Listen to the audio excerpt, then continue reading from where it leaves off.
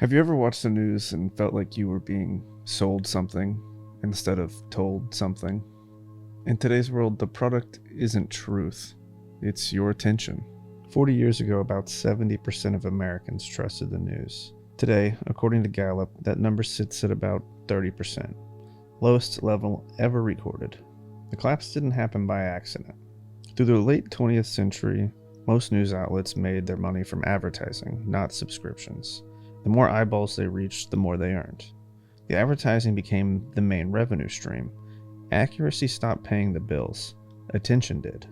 Networks discovered outrage keeps you from changing the channel, and social media platforms learned it keeps you from closing the app. So they turned every story into a competition. You can see it in the data. Ratings surged during elections. Any scandals, any tragedies, those numbers dramatically collapse when that chaos cools off. The modern newsroom runs on attention, not accuracy. Every click, share, like, or hate watch feeds that metric that gives them their paycheck. Outrage isn't a side effect, it is the business model. Engagement is the currency. During the 2020 election, researchers from NYU found that misinformation on Facebook earned about 6 times more clicks than factual reporting. And a German Marshall Fund study showed engagement with unreliable news sources had more than doubled since 2016. A small amount of low credibility content was responsible for a disproportionate share of reactions, comments, and shares.